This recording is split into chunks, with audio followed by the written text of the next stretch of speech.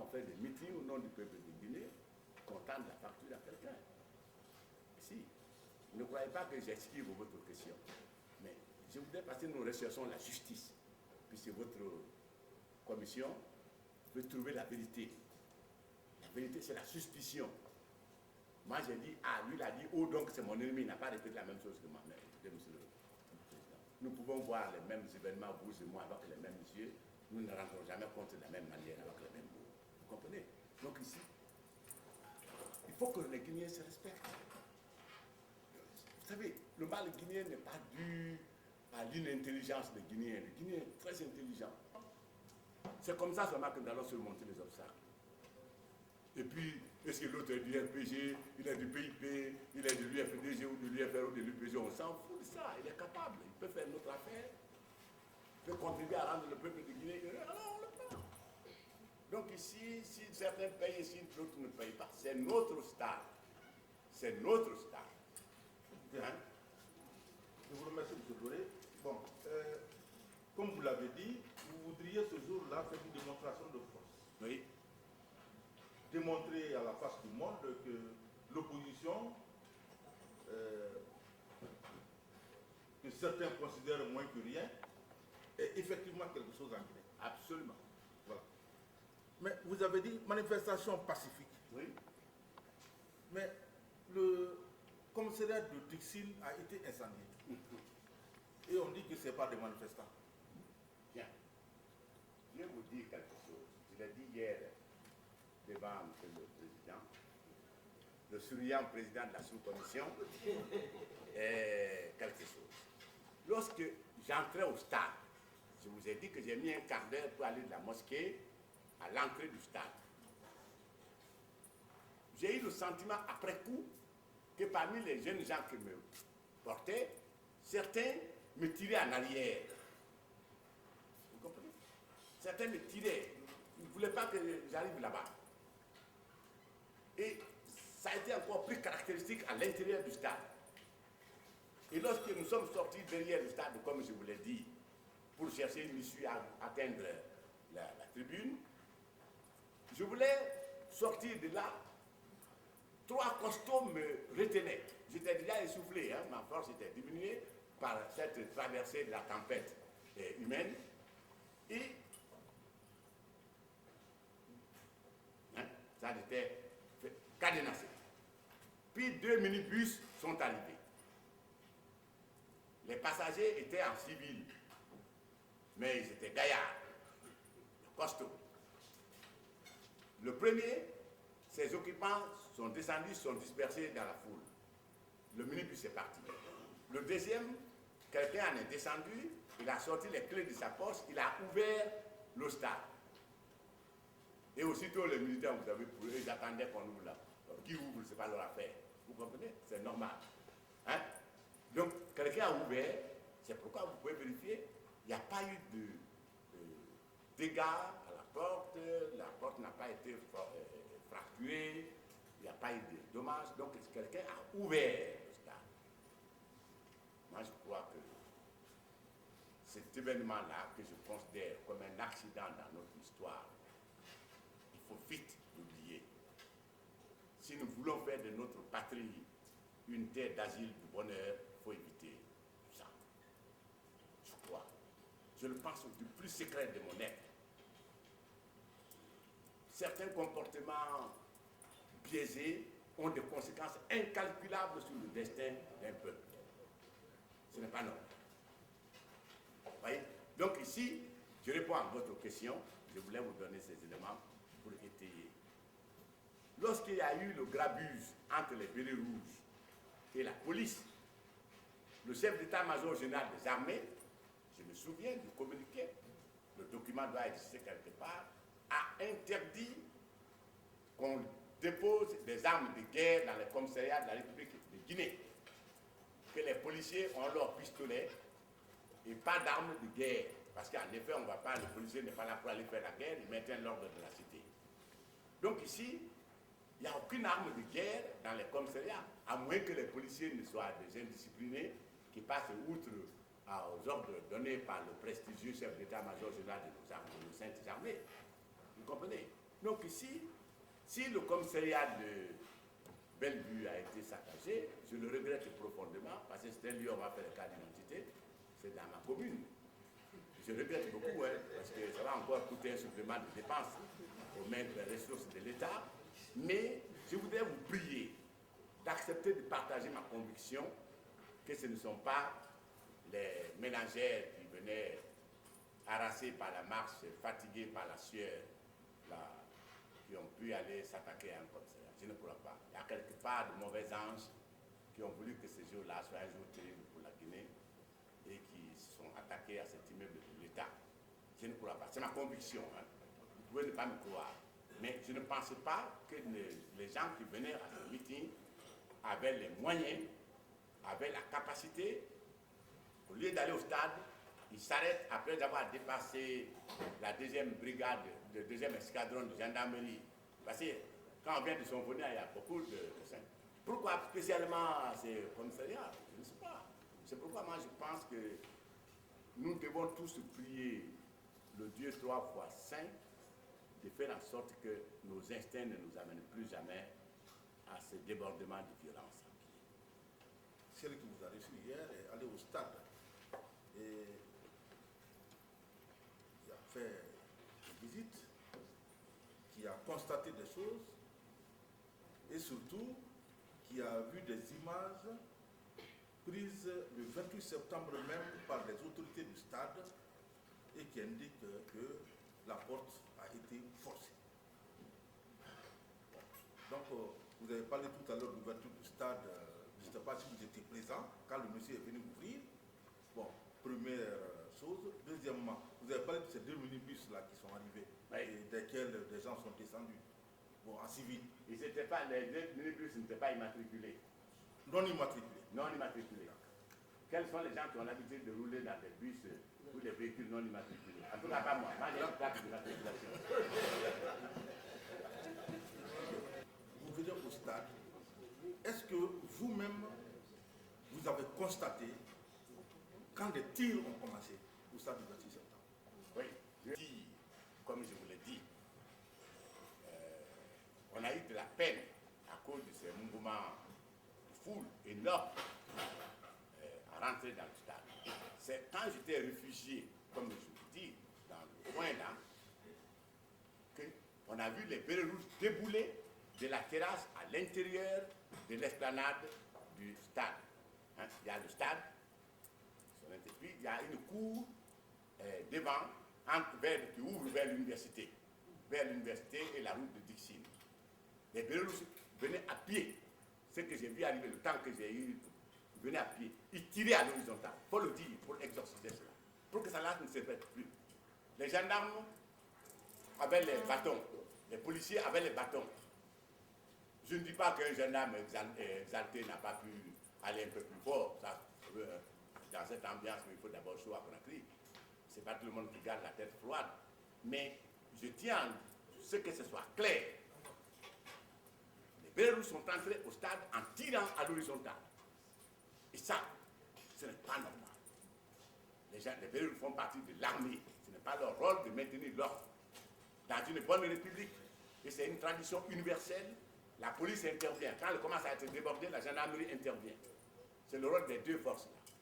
Il faut qu'il y ait un état de guerre interne pour que, encore que le concept de guerre interne n'est pas partagé par toutes les législations, mais il faut qu'il y ait un état de guerre interne, on appellera ça ici d'insurrection, pour que l'armée puisse sortir de ses casernements, prêter main forte, n'est-ce pas, aux forces de l'ordre. Mais il n'y avait pas de guerre interne, c'était des gens qui disaient Allah, Kouarou, bien, je ne sais pas quoi encore, Alléluia, et qui dansaient, qui chantaient le reggae. Un danseur de reggae n'est pas un guerrier. Vous comprenez? Moi, je vous dis ça, je suis vraiment au-delà de ces événements. C'est l'avenir de mon pays qui me préoccupe. Vraiment. Vous avez été auditionné par la Commission internationale? Absolument. D'accord. Comment cela s'est passé? Très bien. Ça s'est passé fructueusement. Parce que quand j'étais jeune fonctionnaire international à Genève, j'avais un collègue, M. Salabé, qui a été après ministre du Transport en Algérie. nous étions tous les deux affectés au département des rapports spéciaux. Il y avait un jeune avocat fringant qui venait souvent en Algérie plaider. Ce que j'ai dit ce jour-là et que je dois répéter ici, il faut éviter de s'aimer le grain de l'ethnisation dans nos relations. Ça, c'est le plus grand danger qui peut menacer notre communauté. Même si on a entendu un soldat dire, on a entendu Thomas ou un Guerger ou je ne sais pas quoi, un bagarre dire à un malinqué, sale malinqué, ou à un peu, sale peu, ou à un forestier, sale forestier. Ça, c'est une relation personnelle entre les deux individus. On ne peut pas en faire un comportement communautaire. Parce que nous devons écraser toute velléité de naissance de cela. Sinon, la Guinée ne sera plus une nation. Voilà. Donc, ici, à la communauté là-bas, ça s'est vraiment très bien passé. Et ça n'a pas duré aussi longtemps que ça dure ici. Hein? Hein? Le commentaire est libre. Vous ne pouvez pas empêcher un journaliste de se laisser aller par des digressions comme ça. D'accord. Maintenant, je vais vous poser une question précise. Oui. Honorable. En tant que Guinéen, leader politique, surtout le leader politique que tout le monde connaît en Guinée, M. Jean-Marie, est-ce que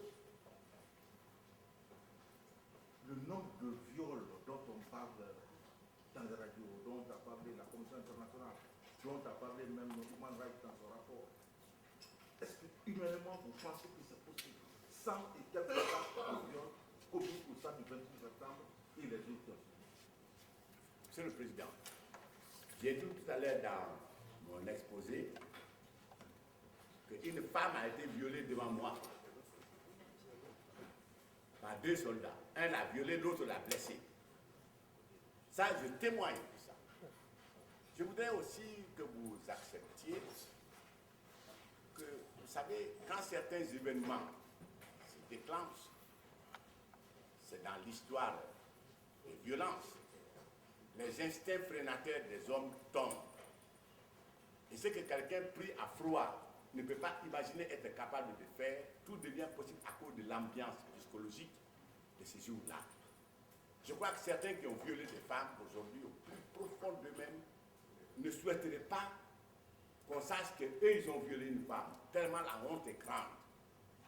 Parce que si vous le jugez dans la chaleur de l'événement, vous ne pourrez pas lui trouver de justification. Pourquoi? Parce que vous ne connaissez pas l'effet de l'ambiance sur lui. Donc, pour répondre de façon claire à votre question, partant de ce que j'ai vu, j'imagine que les autres cas sont possibles, ont été possibles.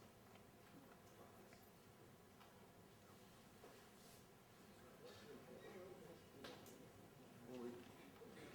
Bien. Donc, vous voulez poser des questions? Bon. Allez.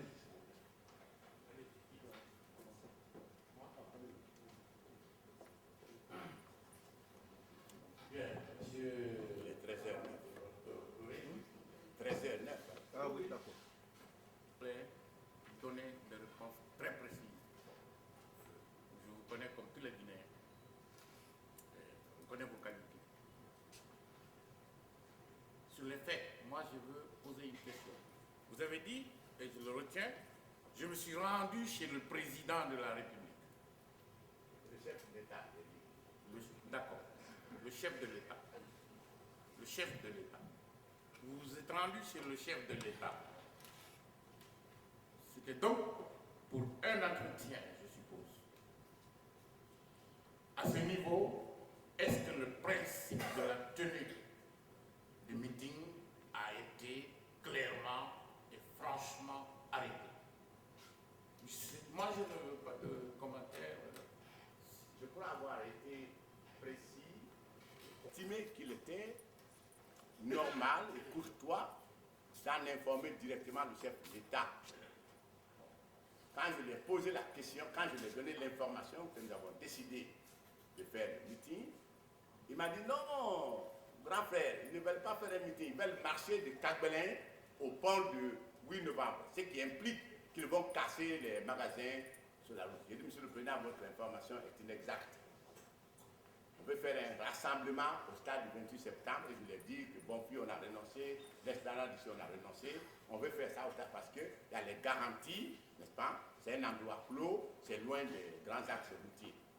Il a dit, bon, dans ces conditions-là, il n'y a peut-être pas de problème. Si vous pouvez faire dans un endroit clos. Il dit, ça sera dans un endroit clos, ce sera au stade du 28 septembre. Voilà. Je crois qu'avoir dit ça. Oui. D'accord. Donc, l'électricité, mais nous faisons foi en vos déclarations. Je ne suis pas sur le cas de la femme qui a été violée. Vous l'avez dit, j'allais vous poser la question. Est-ce que vous pouvez la reconnaître aujourd'hui si vous la voyez? Puisque vous dites qu'elle était avec une femme, enfin, elle devait partir du stade avec une femme de votre parti à laquelle vous avez donné le sage conseil de partir parce que l'atmosphère commençait à s'échauffer. Je ne peux pas vous dire si elles sont des copines ou non, parce que j'étais entouré par beaucoup de gens qui étaient ensemble, qui n'étaient pas forcément des amis. Je suppose qu'elle est une copine, ou elle pouvait ne pas être sa copine. Mais dans cette ambiance, c'est ma vie qui était en question. Je crois avoir bien précisé ici. Quand la femme là a commencé à être violée, j'étais à genoux. Ma vie dépendait d'un mouvement involontaire de celui qui tenait le pistolet. Et bien que j'avais de la compassion pour cette femme, il est de mon devoir de m'aimer plus qu'elle. Voilà. Donc, vous comprenez. Donc, peut-être que si je la vois, je peux la reconnaître, mais ce n'était pas ma préoccupation de penser à elle après tout. Est-ce que la femme de votre parti, avec laquelle elle devait quitter le stade, peut la reconnaître? Ça, je ne sais pas. Bien, merci. Alors, vous avez dit que lorsqu'il y a eu la rencontre avec le chef de l'État, j'ai entendu dire qu'il faut respecter strictement la loi. Est-ce que cela a été dit? Qui a dit? Le Je chef l'ai de l'État. entendu dire ici tout à l'heure. Non, moi, je dis Oui. que lorsque nous avons pris la décision de faire le meeting au stade du 28 septembre, lorsque, pour des raisons de respect dû à son rang, j'ai cru devoir informer le chef de l'État, nous avons demandé au président de la commission d'organisation de respecter la loi en écrivant aux différentes autorités intéressées au maintien d'ordre. C'est ce qu'il a fait. Très bien. La commission en tirera les conséquences.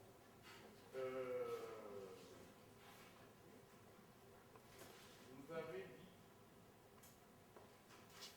à une question qui vous a été posée tout à l'heure sur le statut, si vous voulez, le statut des forces vives.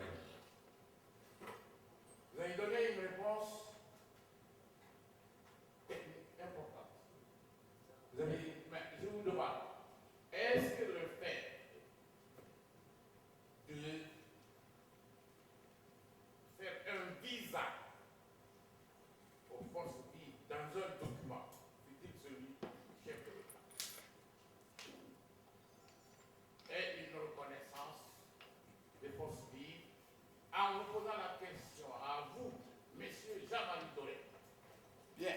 si c'est une, attendez, est-ce que c'est une reconnaissance de jure, est-ce que c'est une reconnaissance de facto? Bien. Vous savez, vous êtes un bon musulman, je ne peux pas vous demander si vous avez étudié la théologie chrétienne. Vous savez, une question importante a préoccupé la chrétienté au temps de Justinien. Vous connaissez le grand empereur Justinien. Il s'agissait pour les théologiens de dire si les anges sont du sexe masculin ou féminin. Vous comprenez? Et ce débat n'a jamais été conclu. Je ne dis pas que votre question me fait rappeler cela, mais c'est parce que fugacement j'y pensais. Écoutez, nous sommes dans une période de transition. C'est-à-dire nous sommes dans une sorte de moyen âge entre deux légalités. Entre l'état de constitutionnalité antérieur et l'état de constitutionnalité vers laquelle nous marchons. Beaucoup de choses existent actuellement qui n'ont aucun sens dans un état de droit. Pourquoi M. Moussa Keïta parle ici au nom du secrétaire permanent du CNDD? Où est-ce que c'est vu dans quel document? Bien. Et il y a ça. Il y a le fait que le chef de l'État qui gère la transition reconnaît à un groupe le droit de porter un jugement de valeur sur un texte de loi. Mon cher ami, il y a les deux données qui sont mariées là. La reconnaissance de durée et la reconnaissance de facto.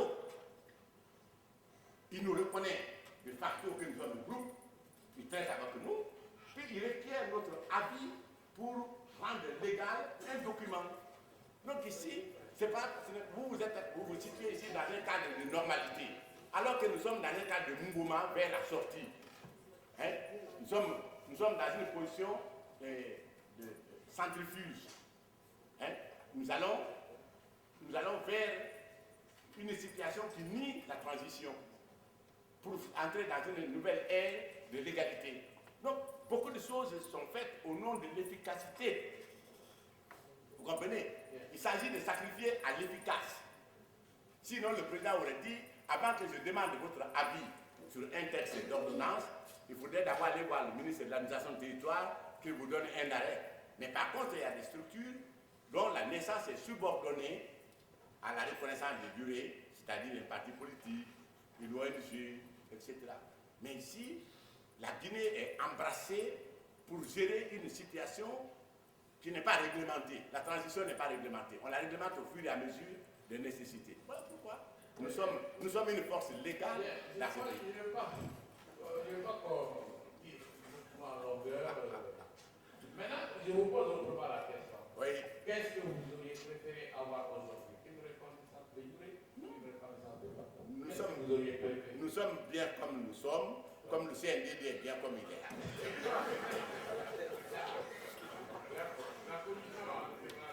Maintenant, oui, mon cher ami. le président vous a posé tout à l'heure une question en vous demandant si la commission internationale vous a rencontré. Oui.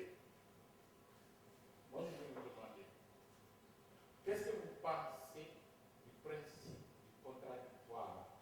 Du principe du contradictoire. Vous êtes des juristes, des grands juristes. Et qu'est-ce que vous pensez du principe du contradictoire, cher à la Cour commune de justice européenne en matière de commission d'enquête? Qu'est-ce que vous pensez? Je veux votre avis de juriste, d'intellectuel du droit. Bien. Le contradictoire au niveau de la commission et des personnes interrogées, c'est ça le contradictoire. Il y a quelqu'un qui dit qu'il a subi des dommages. On ne tient pas compte de ce que dit la presse, on l'interroge. Dans le contradictoire. C'est ça. C'est un principe sacré. Et je crois que la Commission internationale d'enquête l'a respecté. Comme vous êtes en train de respecter devant la Commission nationale d'enquête, c'est contradictoire. Vous comprenez? Donc ici, je crois que tout repose sur le contradictoire autant que possible. Sinon, on organise une commission rogatoire. Ici, donc, il y a eu le contradictoire. Comme nous sommes en train de vivre un long contradictoire, De toute façon, la commission, l'auditoire, nous sommes tous des Guinéens, ce problème nous intéresse tous. Chacun pourra tirer. c'est mon ami. Maintenant, je vous pose une dernière question. C'est ça. Avec tout ce que nous avons en Guinée, comme ressources humaines, comme intellectuels de valeur, comme hommes politiques expérimentés, comme techniciens de toutes les matières,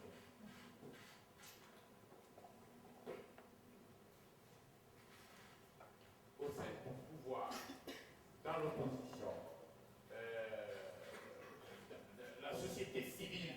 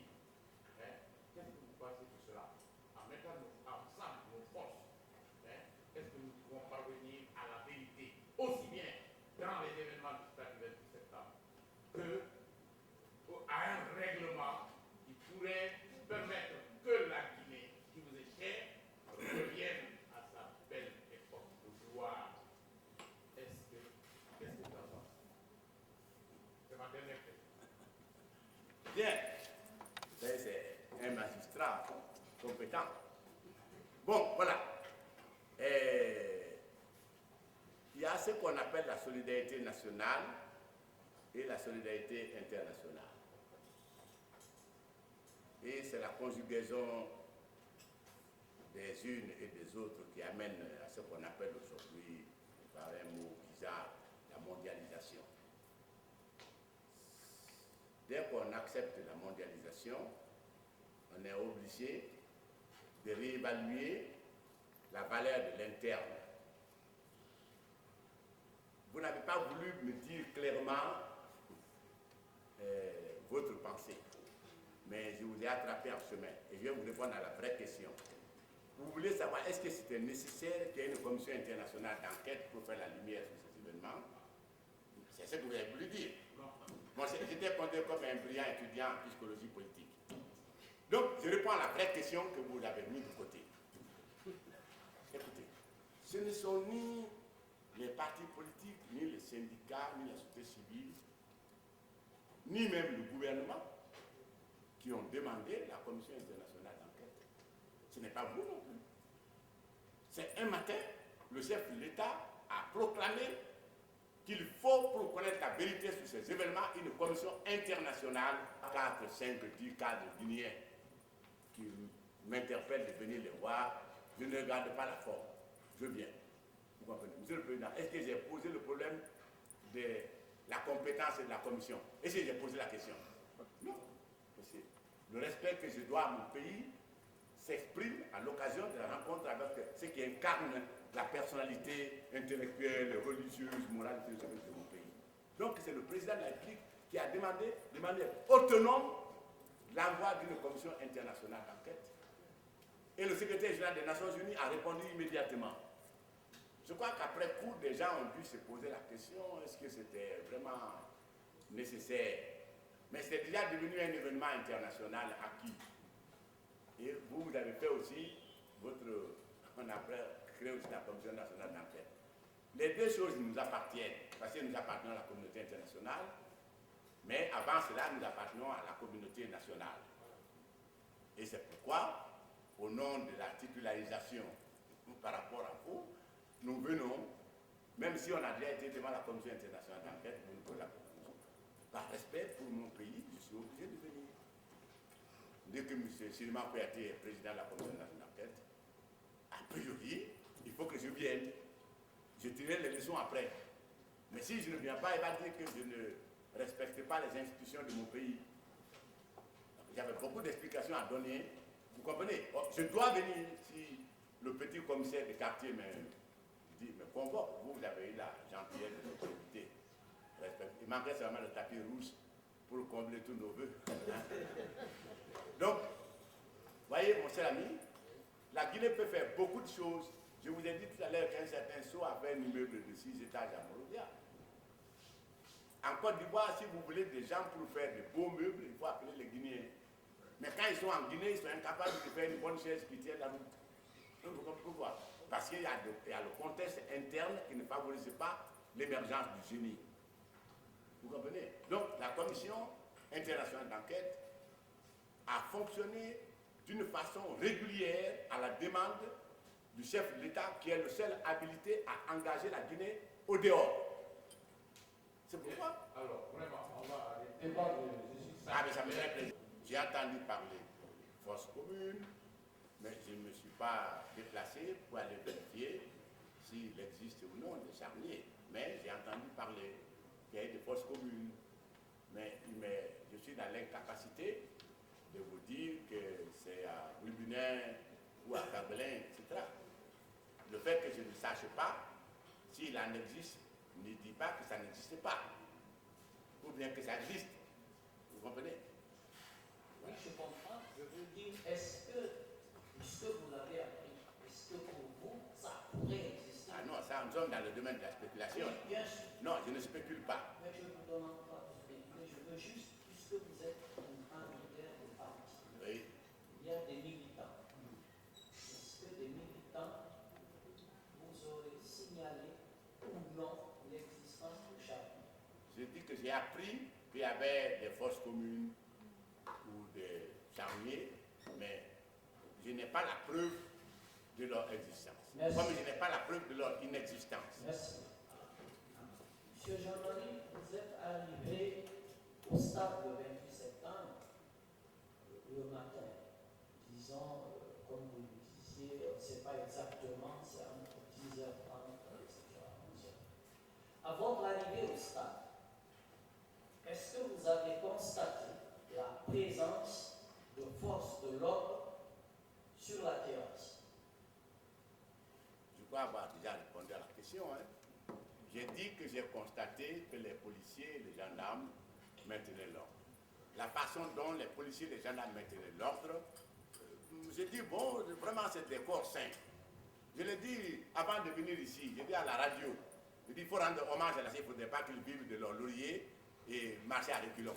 Il faut qu'ils aillent tous de l'avant, qu'ils soient vraiment une force de recours contre l'arbitraire dans ce pays. Vraiment, ils ont fait un travail potable avec les policiers. Merci. L'amabilité qu'on vous reconnaît et la politesse, la courtoisie qui vous sont chères. La Commission nationale d'enquête indépendante par ma voix vous dit merci. Merci. Et je crois que vous pouvez valablement vous retirer. Merci beaucoup. Monsieur, il n'y a pas eu de cocktail, il n'y a pas de